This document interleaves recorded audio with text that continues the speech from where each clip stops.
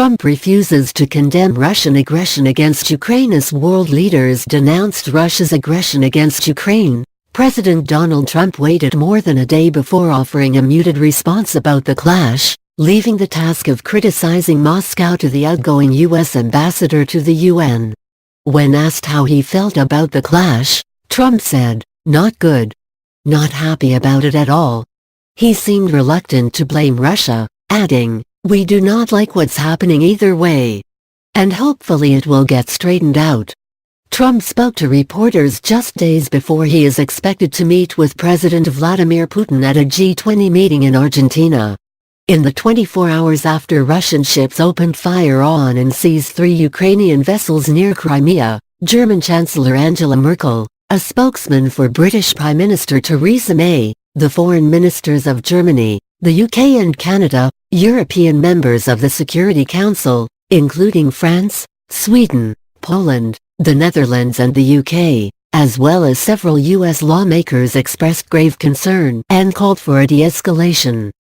During that time, the President and Secretary of State Mike Pompeo remained silent on the serious escalation in tensions between the two countries.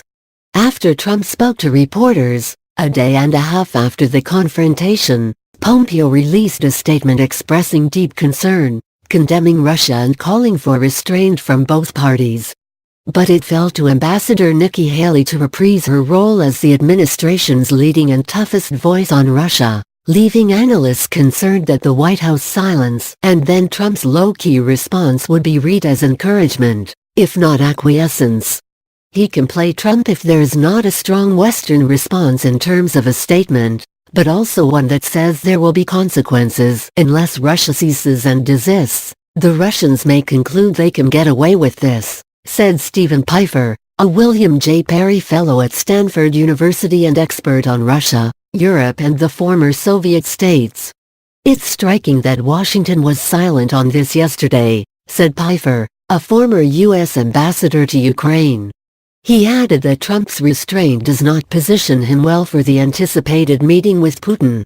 "It just leaves Putin feeling he can play Trump, whereas a forthright statement might even earn a measure of respect from the Russians," Pfeiffer said. "I don't think the Russians would respect what they're seeing right now out of this administration," he said, referring to the White House and State Department failure to comment promptly. At the UN, Haley denounced the clash in the Kerch Strait as a reckless escalation, and called for Russia to immediately cease its unlawful conduct and respect the navigational rights and freedoms of all states. Sunday's outrageous violation of sovereign Ukrainian territory is part of a pattern of Russian behavior that includes the purported annexation of Crimea and abuses against countless Ukrainians in Crimea, Haley told the Security Council in an emergency meeting Monday morning, as well as stoking a conflict that has taken the lives of more than 10,000 people in eastern Ukraine, and it shows no signs of decreasing. Haley's comments were hedged with a nod to Trump, who has consistently touted his desire for close ties with Putin. "As my country's president has said many times, the United States would welcome a normal relationship with Russia," Haley said. "But outlaw actions like this one continue to make that impossible."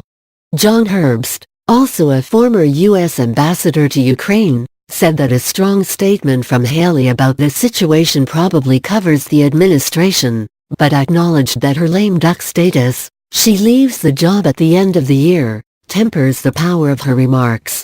"A senior official who's going to be in office in 6 months from now would be better," said Herbst, director of the Atlantic Council's Eurasia Center.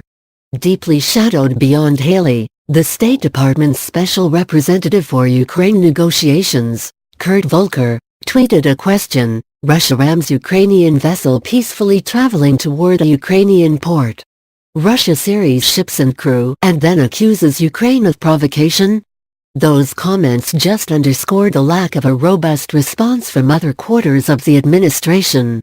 Trump's presidency has been overshadowed by a special counsel investigation into possible Russian interference into the 2016 election and Putin's admission that he wanted Trump to win the presidency.